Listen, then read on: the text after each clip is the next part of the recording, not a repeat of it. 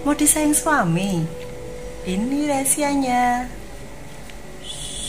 Jangan sampai bocor ya. Rahasia wanita.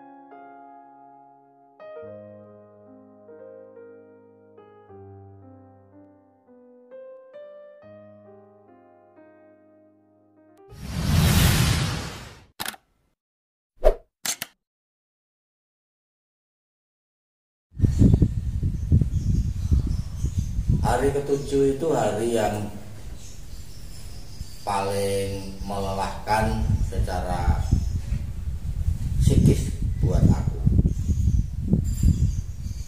Hari dimana waktu itu terasa sangat sangat lamban gitu.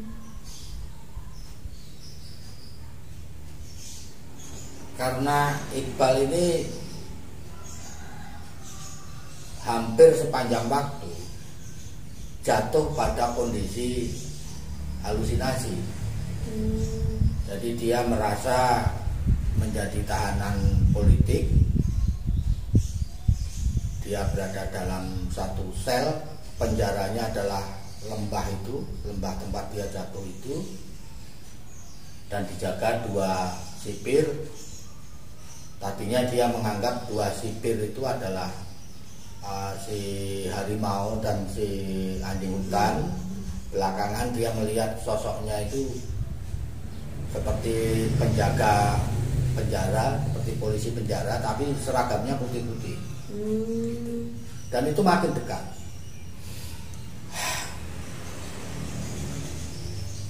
Hanya ada dua cara untuk mengembalikan kesadarannya, dan itu aku harus berteriak. Jadi diingatkan pada ibunya atau emaknya, atau diingatkan pada si gadis ini. Nah, ketika waktu berjalan, kalau aku mengingatkan dia tentang emaknya, itu sudah tidak ada pengaruhnya. Tapi kalau aku mengingatkan, apa kamu nggak malu bila si gadis tahu kamu begitu lemah, ya, bahwa kamu tidak bisa menjaga kesadaran di dalam hutan, itu dia masih bisa balik. Nah, dari sini aku simpulkan dia begitu mencintai si gadis ini, ya. Cuman efek sampingnya adalah pada saat yang sama perasaan cintaku pada si gadis ini beralih menjadi benci gitu. Jadi aku melihat penderitaannya yang hanya bisa diingatkan apabila aku menyebut nama si gadis ini bukan cemburu, bukan andai kata bisa dilakukan saja, aku ikhlas dan bahagia apabila posisi bisa ditukar gitu. Posisinya sudahlah, kamu jadi aku yang tidak jatuh dan kamu memiliki si gadis ini, aku mau gitu. Aku mau, tapi itu kan nggak bisa dilakukan. Nah, dampaknya adalah ada pergeseran persepsi aku, seakan-akan si Iqbal ini menjadi sangat menderita karena ketidaktegasan jawaban gadis gitu ya. Soalnya ngambang ya, iya. Gantung. Karena apa? Karena situasinya adalah ini di dalam hutan, tidak ada manusia, tidak ada rute, adanya binatang, kemudian udara dingin dan teman yang menghadapi sakaratul maut. Jadi persepsiku tentu saja tidak berkembang secara normal gitu ya.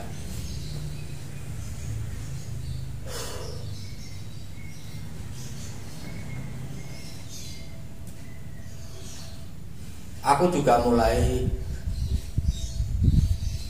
mempertanyakan kehendak Tuhan.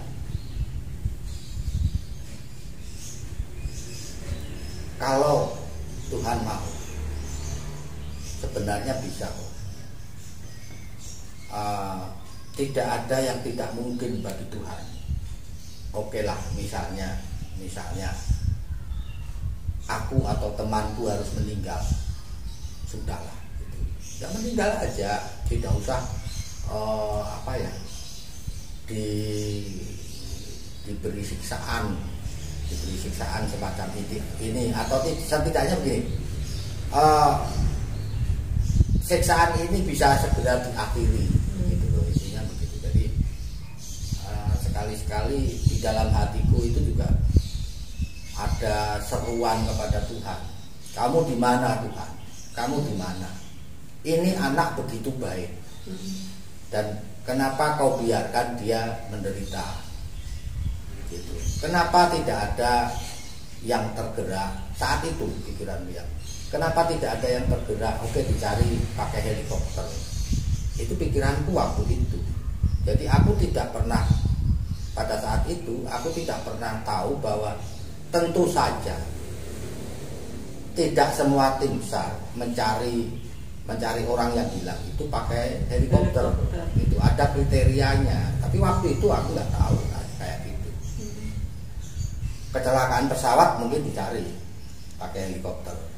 Kecelakaan pesawat di gunung ya. Tetapi pendaki yang hilang tidak, kecuali mungkin dia anak tokoh politik yang sangat penting kan begitu. Ya akhirnya setelah merasa hari itu begitu panjangnya, malam sampai juga. Mas, lah pas malam itu ada binatang buas lagi yang datang, ada lagi enggak, atau ada kejadian apa gitu? Malam itu tidak ada kejadian apapun, tidak ada binatang yang mendekat juga. Meskipun Iqbal itu selalu mengatakan bahwa kami dijaga dua sipir, aku kan tidak melihat sosoknya. Dan pada saat itu kan aku belum belajar meditasi, jadi aku nggak bisa lihat. Jadi yang ada ya cuman lembah, kemudian udara yang dingin, kabut, pohon-pohonan, gitu ya. Hanya itu. Dan malam itu Iqbal setelah saya bantu untuk sholat secara tidur, kan ada prosedurnya. Jadi di sela-sela kesakitannya, kalau dia sadar, si Iqbal ini masih melanjutkan pengajarannya tentang Islam padaku. Gitu. Karena apa? Karena dia juga butuh aku untuk membantu berwudu, membantu menaruhnya pada posisi yang nyaman. Nah, itu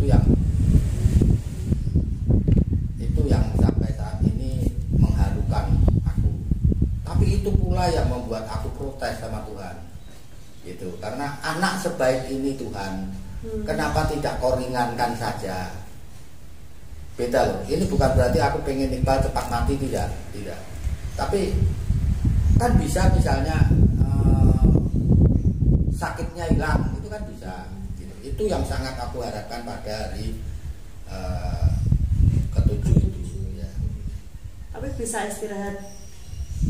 Ya bisa. Iqbal karena begini, tidurnya kan selalu aku peluk. Nah, aku itu kan sampai sekarang pun tidak pernah kalau tidur itu betul-betul lelap, tidak pernah. Jadi kalau tanganku dibeginikan itu kerasa. Jadi kan kadang dia merubah posisi tanganku dibeginikan itu aku merasa, dan dia nggak ini, nggak melakukan apa ya, bangun sendiri, itu tidak. Mengerang terus. Sejak jatuh itu isi hutan adalah teriakan dia, kesakitan dia. Nah, nanti kalau dia sudah mulai berteriak sipir, penjara dan sebagainya, aku juga berteriak gitu. Mengingatkan dengan menyebutkan untuk mengingatkan itu ya. Pada hari ke-8 kami bangun seperti biasa. Jadi kami biasa bangun itu kalau kehangatan matahari mulai mengusir hawa dingin, itu otomatis badan terbangun. Iqbal ya masih seperti itu, masih sakit. Aku mencari makanan di hutan, dan seperti biasa Iqbal mau makan meskipun sedikit, tapi hanya pucuk-pucuk daun.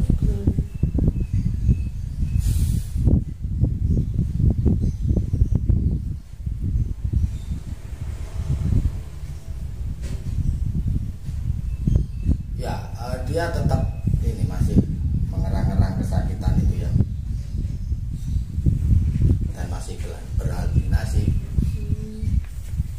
Tapi di sela-sela halusinasinya itu dia masih ngajari aku tentang banyak hal, termasuk nah ini yang penting. Jadi bahkan dalam kondisi seperti itu Iqbal itu masih berpikir tentang keimanan aku, gitu. Dan dia bertanya, kalau aku mati dan kamu bisa berhasil turun, apakah kamu mau melanjutkan Islam kamu, atau kamu kembali menjadi Kristen? Dengan berbagai pertimbangan, waktu itu aku bilang, aku itu menjadi pemeluk Islam kan karena mimpi, dan setelah menjadi Islam itu aku merasakan kedamaian. Jadi apapun yang akan terjadi, meskipun seluruh keluargaku adalah pemeluk Kristen, aku siap, aku tetap akan melanjutkan Islam. Tetapi aku kan tidak tahu ke depan itu akan seperti apa, gitu. Tapi kalau masalahnya cuma karena keluarga, karena ekonomi, karena apa, ya aku nggak akan dengan gampang berubah agama, aku bilang begitu. Terus Iqbal bilang, nah seandainya kan kamu dari Kristen berubah jadi Islam karena mimpi, nah andai kata itu terjadi lagi dan kamu menjadi pemeluk Buddha atau pemeluk Hindu atau kembali ke Kristen, apapun agamamu, kamu tetap sahabatku. Nah itu yang aku ingat tentang Iqbal, itu seperti itu. Jadi di satu sisi dia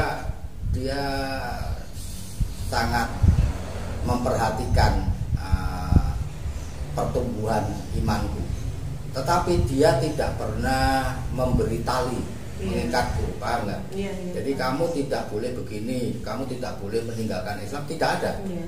Jadi kalau kamu tertarik sama Islam, Islam itu ini loh.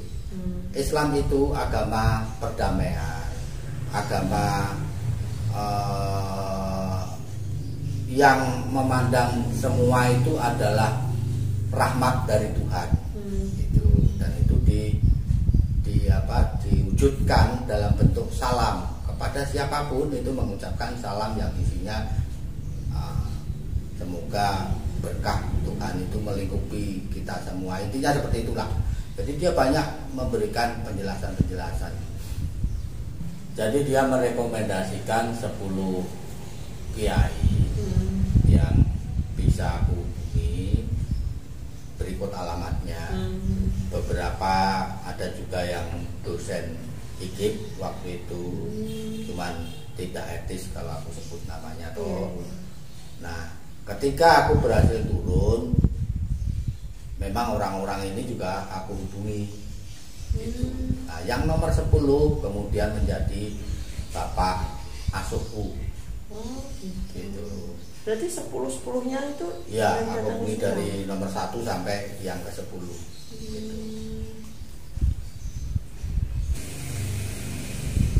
Nah, itu dari sisi Iqbal ya. Jadi Iqbal dalam kondisi sakit, dia masih sangat memperhatikan kondisiku, kondisi spiritualku maksudnya ya, sebagai muridnya. Nah, di sisi lain aku sebagai muridnya itu juga sangat berusaha membantunya untuk bisa menjalankan sholat. Ya cuman karena situasinya paling banter itu sehari aku bisa mengajaknya sholat 3 kali. Yang paling sering terlewat itu sholat subuh.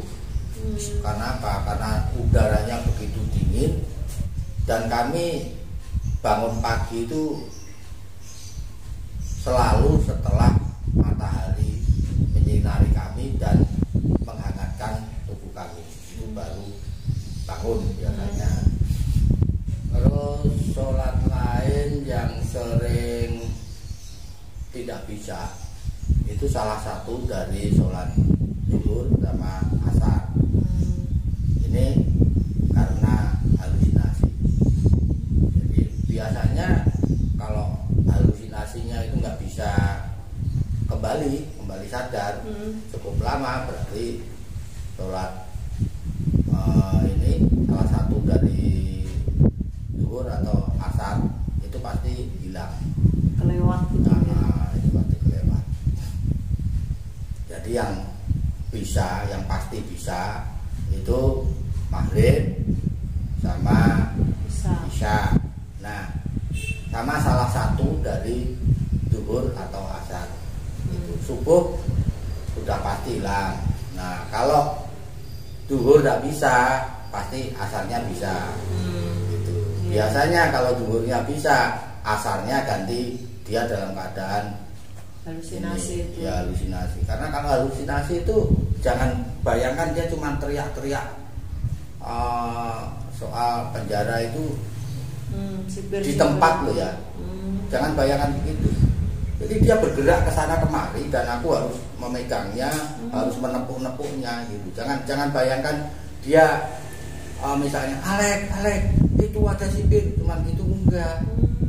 Jadi dia ke sana kemari pada kondisi licin, medannya enggak rata. Jadi aku harus megang dia, kadang-kadang megang itu ditepiskan. Kamu nggak lihat soalnya gitu kan. Hal kayak gini kan nggak bisa diceritakan. Artinya kalau diceritakan kan susah gitu. Tapi biasanya pasti ada yang bisa. Jadi antara zuhur sama asar itu pasti ada yang bisa gitu.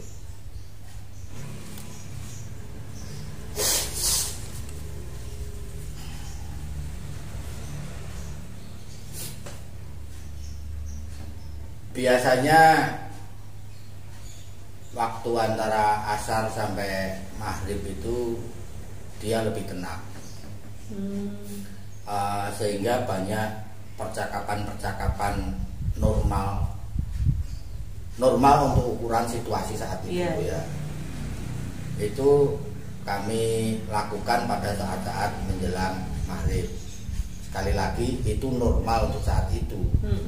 Begitu aku sudah turun dan mengenangkan percakapan-percakapan itu, aku sering merinding gitu. Sering merinding itu karena aku kembali ke situasi itu dan bagaimana dalam kondisi sudah sangat sangat terdesak, sudah sangat kritis, kita masih bisa kadang-kadang bergurau. Gitu. Misalnya gini,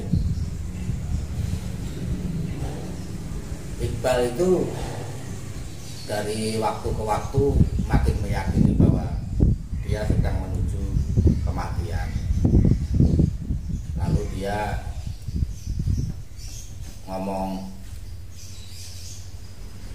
menurutku ada kecenderungan para pendaki itu meninggal di gunung tertinggi yang dia ingin capai. Aku bilang, apa iya toh?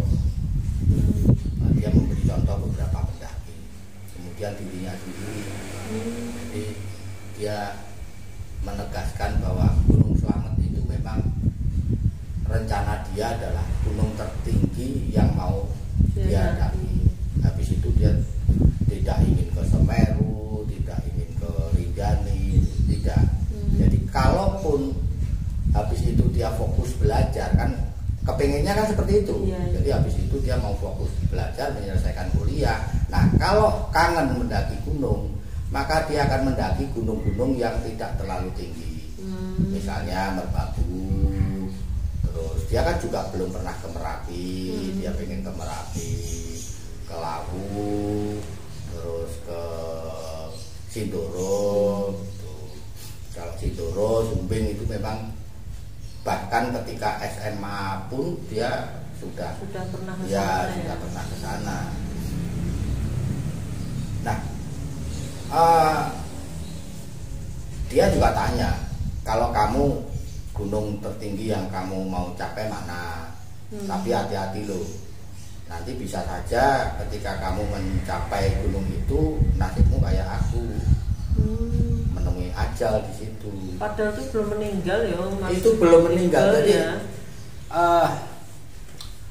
gimana ya situasi batinku saat itu ini kayak orang kalau dalam bahasa Jawa kan ada istilahnya ngalup. Iya.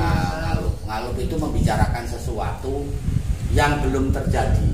Nah, orang Jawa percaya kalau membicarakan sesuatu yang belum terjadi itu sama dengan doa supaya itu terjadi. Nah, itu namanya ngalup. Ya karena aku sebel dengan pembicaraan macam itu, aku jawab dengan berseloroh. Oke lah, kalau memang kecenderungannya seperti itu, aku tetapkan saja sekarang gunung tertinggi yang mau aku capai adalah Puncak Jaya. Puncak Jaya itu Kartens piramid itu ya. Nah, tapi aku juga tidak akan mendakinya. Jadi aku nggak akan pernah mengalami mati di gunung. Garing ya. Iya, pada kondisi saat itu ya. Iya. Jadi setelah itu aku kenangkan ini sebagai salah satu guyonan garing kami menjelang ajal, menjelang kematian. Nah, Mas Iqbal ketika jenengan mengatakan itu reaksinya gimana? Senyum.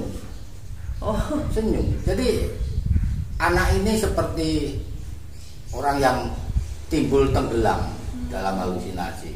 Kalau dia pas timbul, maka yang dia lakukan adalah yang pertama tentu saja menambah pengetahuanku tentang Islam. Hal yang kedua ya guyon-guyon semacam ini. Tapi nanti berapa menit kemudian tiba-tiba dia teriak. Ya, kalau sudah berteriak itu dia wajahnya jadi tegang. Sampai aku ngomong begini kok. Jadi menjelang malam itu aku ngomong ginilah, ini kan jadi lucu. Kamu menjaga keislamanku, tetapi entah benar atau tidak, kamu seperti takut sama kematian. Kalau kamu meyakini bahwa memang kamu sedang menuju kematian, ya sudah, ini diikhlaskan saja. Dan percayalah bahwa itu halusinasi. Gitu. Karena apa? Karena aku nggak lihat. Gitu. Dan dia bersikeras, sejelas itu kamu nggak lihat. Jadi perdebatan kami itu naif. Dan aku kan bersikeras, sekarang pakai logikamu toh. Kamu ingat dah kita itu sedang ngapain? Kita itu naik gunung, kemudian tersesat, masuk di hutan. Masuk akal nggak kalau di hutan ada penjara? Ya enggak. Tapi aku lihat gitu. Ya, dan ini lihat dindingnya gitu loh. Jadi ini sampai melebar juga ke Cungkup, sama seperti waktu aku melihat Cungkup. Aku lihat real Cungkup 2, kamu bilang halusinasi karena kamu nggak lihat. Nah sekarang pun seperti itu. Nah jadi kamu harus fair, kamu harus bisa menerima bahwa ini halusinasi, setidaknya bagi mata saya. Itu, nah itu juga bisa membantu menyadarkan. Tetapi cara yang paling cepat untuk menarik dia dari halusinasi itu mengingatkan dia terhadap gadis. Dan itu sekali lagi membuat rasa seri gitu loh. Seri itu jengkel, marah terhadap si gadis itu. Juga ada perasaan marah sama Tuhan meskipun sedikit, karena aku nggak tega melihat sahabatku seperti itu gitu. Menderita seperti itu. Ini berarti hari ke-8. Hari ke-8 itu ada satu peristiwa yang ajaib menurutku. Ternyata setelah itu aku temukan bahwa hal-hal atau fenomena semacam ini itu cukup banyak terjadi. Jadi siang itu kondisi Iqbal itu tiba-tiba membaik. Jadi kalau tadinya dia susah sekali bergerak, dia bisa merangkak itu ya sakit tapi tidak terlalu sakit gitu. Jadi gerakannya merangkak itu bisa agak lebih cepat, kemudian bahkan dia bisa berjalan tertatih-tatih. Jadi dia bisa berjalan sendiri tertatih-tatih seperti orang baru belajar jalan itu. Jadi kayak robot, tapi bisa dia lakukan. Dan dia menolak untuk aku tungguin kalau buang air. Katanya dia malu kalau aku kepoin gitu ya. Dan aku biarkan, karena daripada kita bertengkar hal yang tidak perlu. Dan menurutku itu bagus juga, meskipun aku masih harus melihatnya ya. Yang jelas timbul optimisme pada diriku bahwa kalau begini terus, besok itu kita bisa turun sepelan apapun. Paham ya? Karena kalau turun kita berarti sudah mengurangi jarak yang harus ditempuh tim SAR, atau mengurangi jarak ketersesatan kami, kemudian mengurangi ketinggian, yang juga berarti mengurangi dinginnya udara gitu. halusinasinya masih. Cuman bedanya karena kedua sosok itu makin dekat, dia menyimpulkan bahwa memang itu bukan binatang yang tadinya dia simpulkan harimau dan anjing hutan itu toh. Kemudian dia berubah menyimpulkan menjadi sipir penjara. Ketika makin dekat dia melihat itu bersinar, dia simpulkan itu malaikat yang hendak menjemputnya. Tapi pada kondisi itu dia sudah tidak ketakutan. Mungkin juga ada pengaruhnya ketika aku ngomong supaya lebih ikhlas dan sebagainya ya.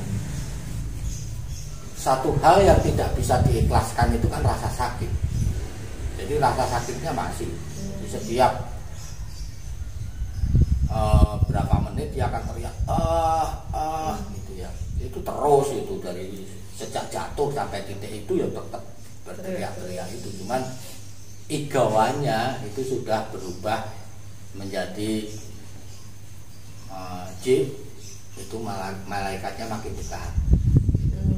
Ya aku sudah dijemput, kamu sudah siap belum? Intinya gitu.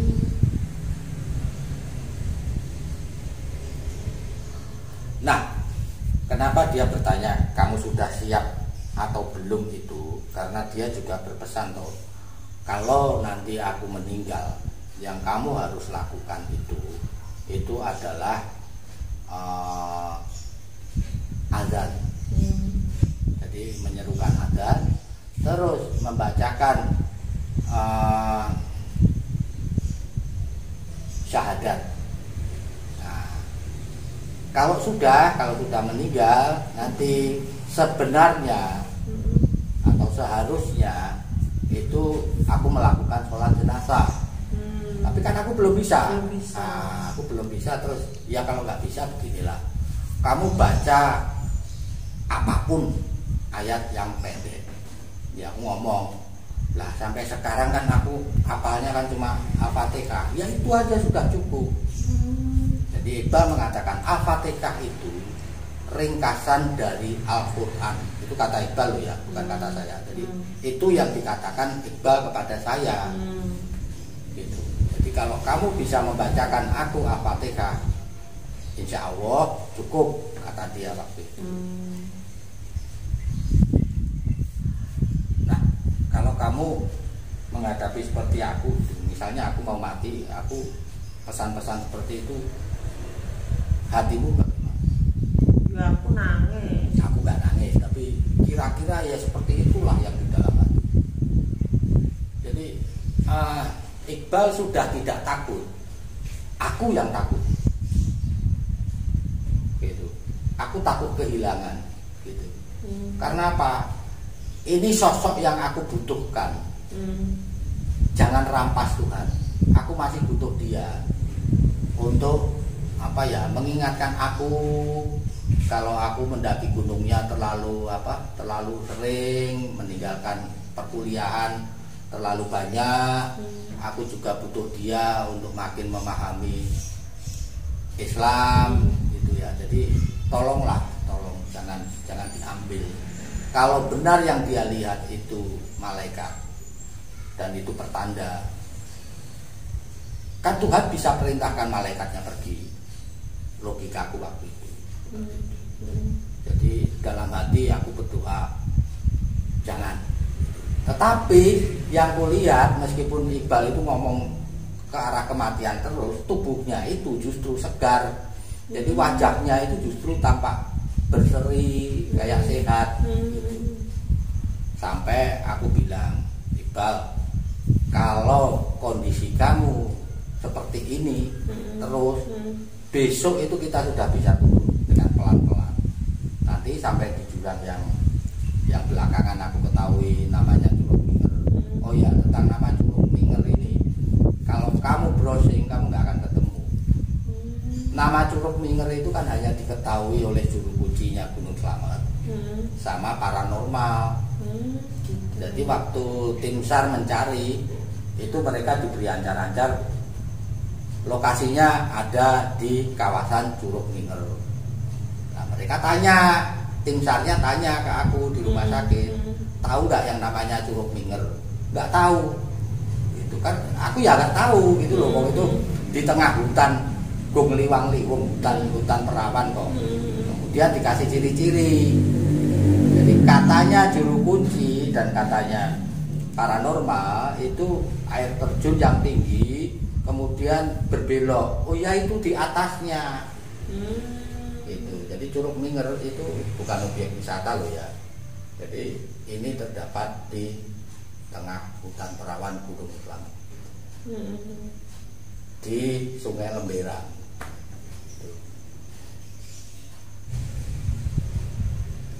Terus Mas, pas jenengan optimis karena keadaannya Mas Iqbal kan mulai membaik nggih. Ya. Itu jawaban Mas Iqbal gimana?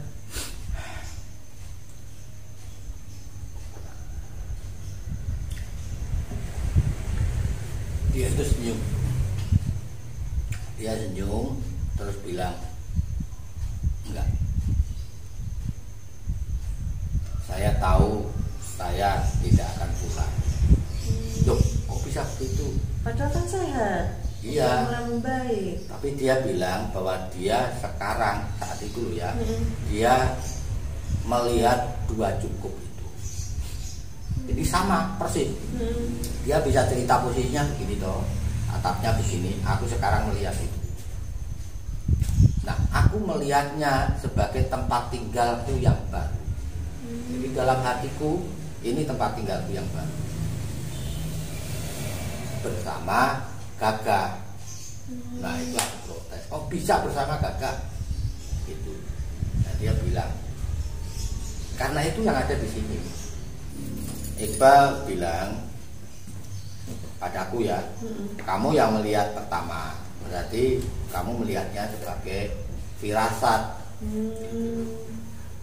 Nah, sekarang aku juga melihatnya, entah ini firasat atau halusinasi, tetapi di dalam hatiku itu ada keyakinan bahwa itu tempat tinggalku bersama Gagah. Jadi kamu harus siap apabila nanti setelah aku mati, kamu turun, itu akan menemukan jenazah lain.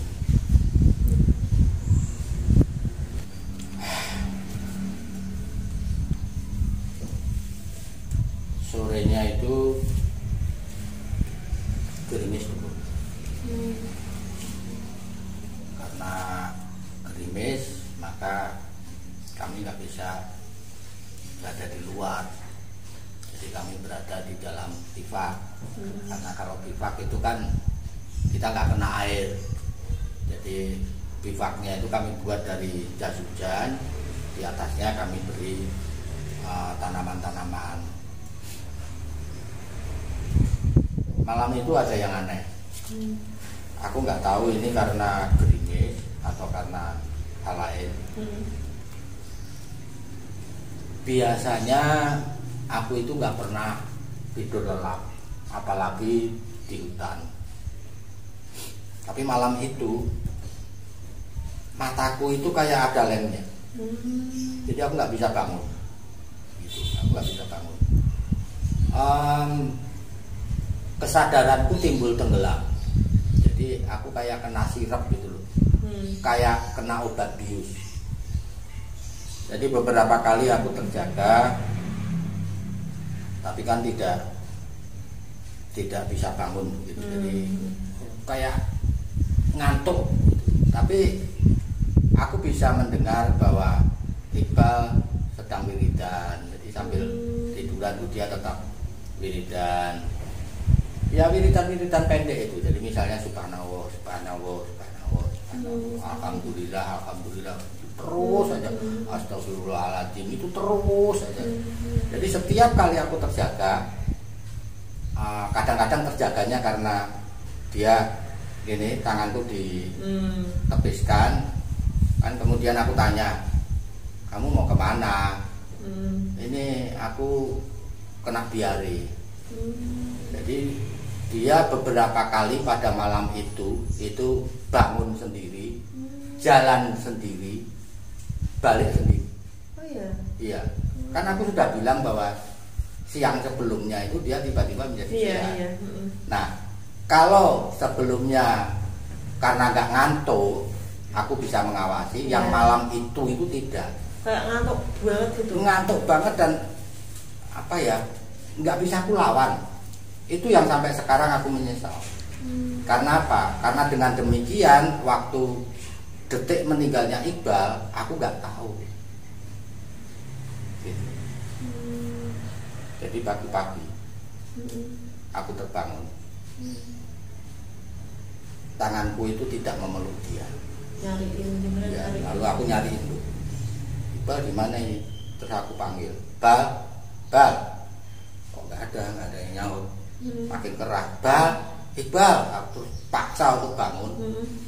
Aku melihat ke sungai dan aku melihat tubuhnya sudah tergeletak di tengah sungai.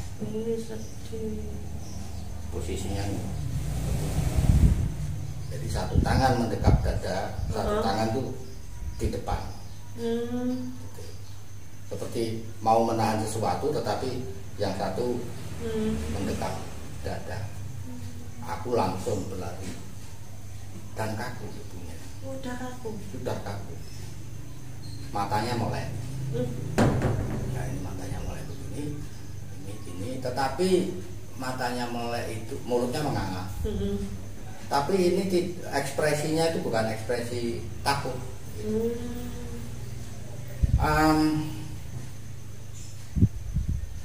Kalau kesimpulanku waktu itu, kematiannya berjalan cepat. Kalau pelan dia pasti rileks. Jadi kematiannya itu berlangsung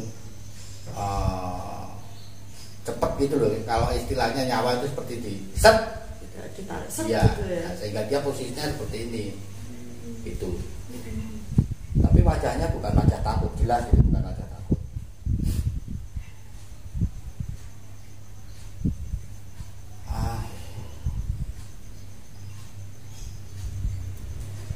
Aku nggak bisa melukiskan perasaanku ya waktu itu.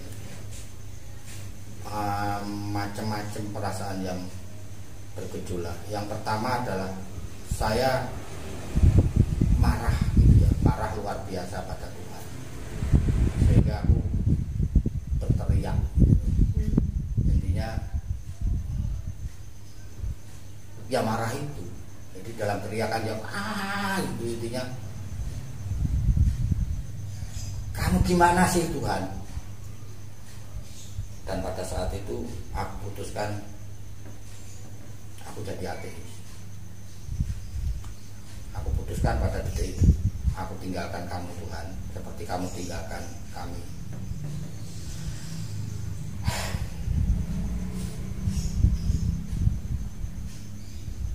Yang kedua, kemarahanku sama si gadis ini mengkristal menjadi semacam dendam.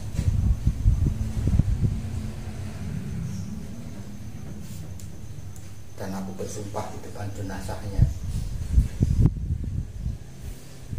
aku akan membuat wanita itu setidaknya sama menderitanya seperti kamu. Dan untuk itu aku akan bunuh. Nah, karena dia minta supaya aku mengucapkan azan, kemudian syahadat, maka aku bisikkan ke telinganya itu, setelah matanya itu aku tutup gitu ya. Aku bisikkan itu, kemudian aku duduk di dekat jenazahnya, mengucapkan Al-Fatihah itu 7 kali. Tangannya bisa Tangannya dengan susah aku bikin begini tuh.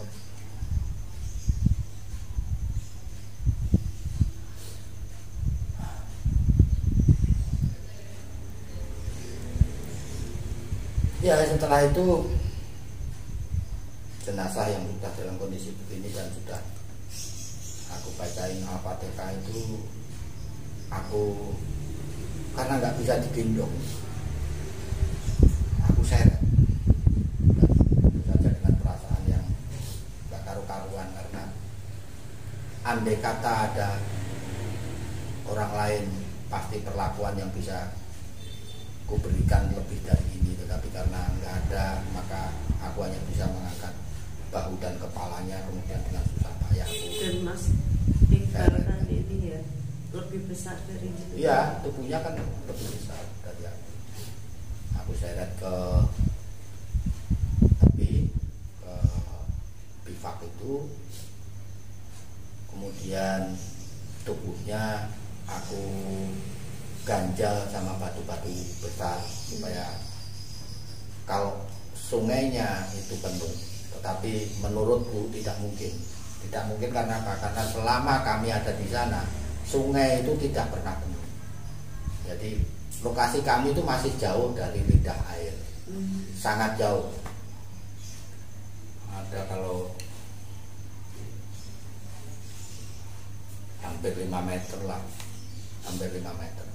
Karena dari sungai ke tempat kami itu masih ada tempat yang kering, nggak kena air, masih ada api unggun, masih dalam jarak sekitar 2 meteran baru bivak kami. Bivak kami ini sudah nempel di hutan, di tebing hutan itu.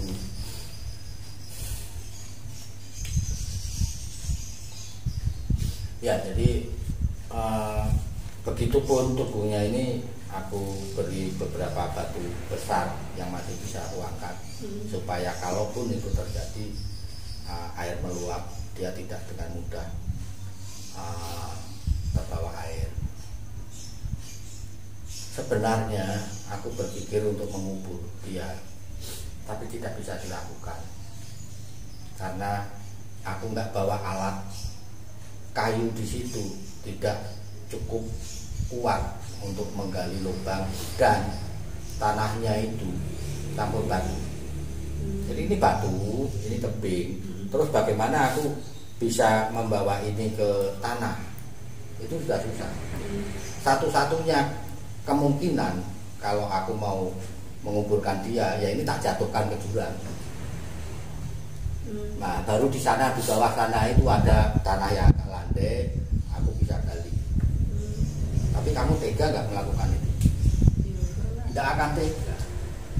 Dan aku punya keyakinan begini, daripada mayat ini harus hancur baru aku kubur, yang penting aku sudah menyempurnakan menurut yang dia minta.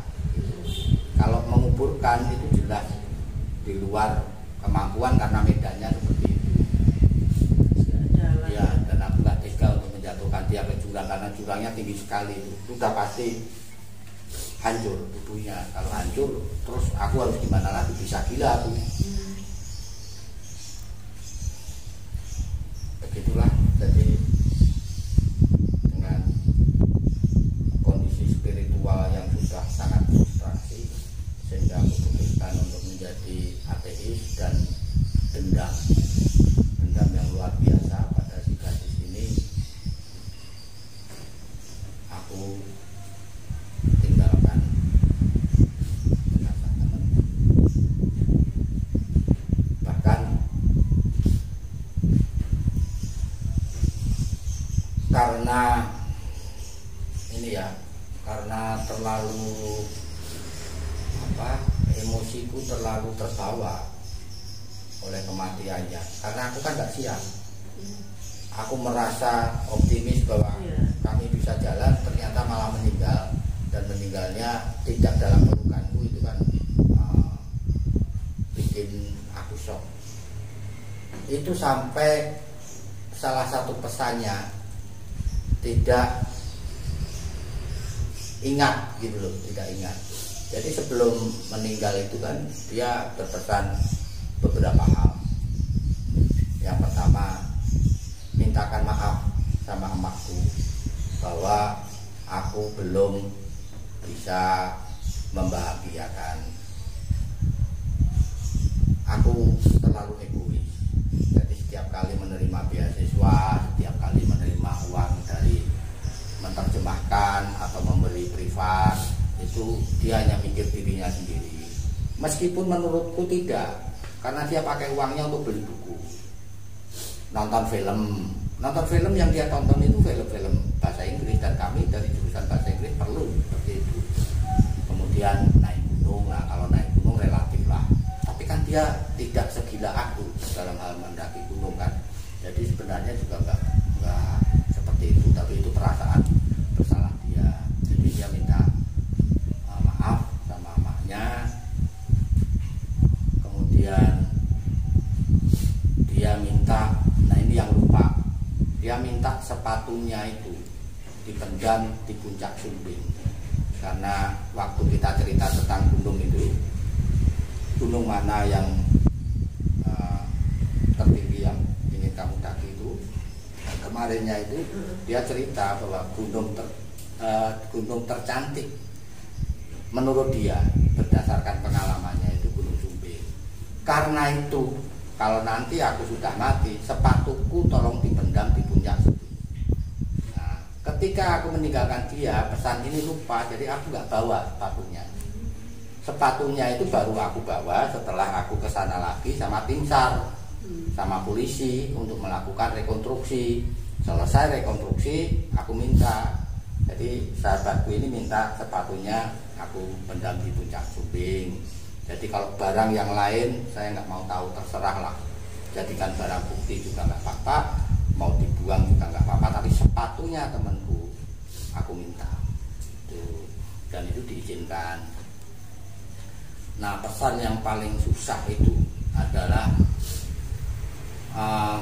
dia minta supaya aku tanya pada si gadis, andai kata dia tidak kedahuluan aku mengucapkan cinta, jadi andai kata dia lebih dulu dari aku mengucapkan cinta, apakah cintanya diterima? Itu berarti jenengan ke rumahnya si gadis itu bawa ke bunga edelweiss yang udah ditali itu sambil nanya, terus jawabannya apa? Sebenarnya aku berharap jawabannya iya, tapi jawabannya tidak. Justru karena itu aku nggak bisa melanjutkan hubungan. Jadi tadinya setelah aku pulang itu kan aku menemukan orang pertama, salah satu orang pertama yang peduli pada aku kan ya si gadis ini. Jadi dia dari jauh-jauh datang untuk menemani aku di rumah sakit. Ini perang batin lagi. Aku sudah sumpah untuk menyakiti dia, tapi dia kok baik seperti ini. Nah, ketika tiba waktunya, setelah aku sehat, aku tanyakan, jawabannya tidak. Aku memang tidak mencintai dia. Otomatis semua penderitaannya itu seperti diputar lagi. Lalu aku bilang, kalau kamu tidak mencintai dia, kita bubar aja. Aku nggak sanggup.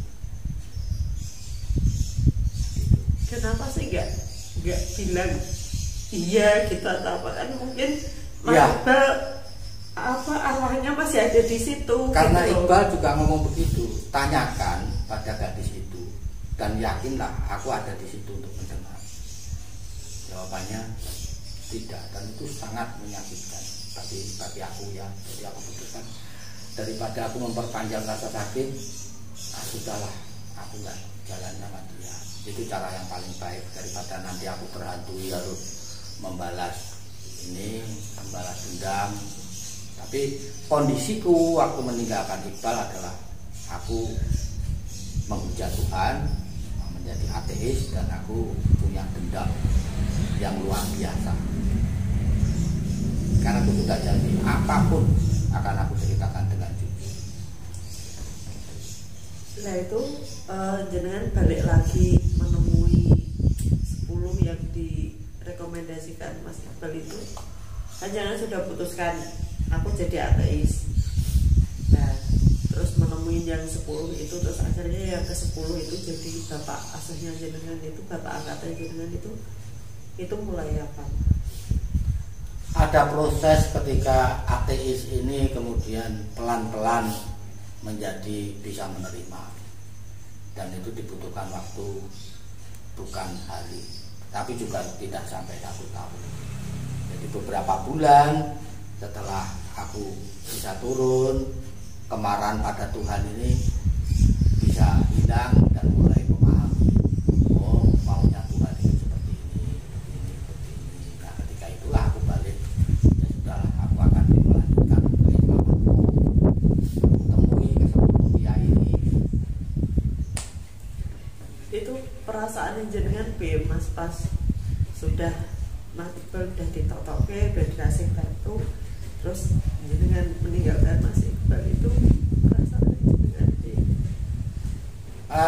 Ada satu kalimat pamitku kepada dia. Jadi aku minta kamu jangan salah mengerti ya, kalau aku tinggalkan itu bukan berarti aku meninggalkan dirimu. Aku itu meninggalkan jasadmu, karena jasad itu pasti akan membusuk. Paham maksudnya? Iya. Tapi kamu hidup di dalam jiwaku, karena kamu bukan hanya sahabat, tapi kamu juga guruku. Selama pendakian itu dia sudah mengajarkan sesuatu yang bagiku luar biasa. Ini nilai yang luar biasa, bahwa pada sakaratul maut yang penuh kesakitan pun dia itu masih wiridan gitu loh. Dia menjaga imannya. Itu yang luar biasa. Sedangkan aku, kamu kan bisa bandingkan, begitu melihat sahabatku mati, aku sudah mengutuk Tuhan. Jadi sebenarnya aku merasa dari bertiga ini, aku adalah orang yang paling tidak layak diselamatkan. Aku yang paling buruk. Tapi nggak tahulah, Tuhan memilih aku untuk tetap hidup. Barangkali itu sebuah kesempatan untuk berubah. Barangkali. Nah, yang aku katakan kan, aku tidak meninggalkan dirimu, karena spiritmu aku bawa, jenazahmu yang aku tinggal. Sebab tetap harus ada di antara kita ini yang menceritakan tentang perjuangan kita, bahwa kita itu tidak mati begitu saja, tidak jatuh kemudian menerima kematian, tidak, tapi kita tetap melawan, kita tetap berusaha untuk hidup. Nah, kalau tiga-tiganya tidak ada yang pulang, siapa yang bisa cerita? Nah, itu yang aku sampaikan.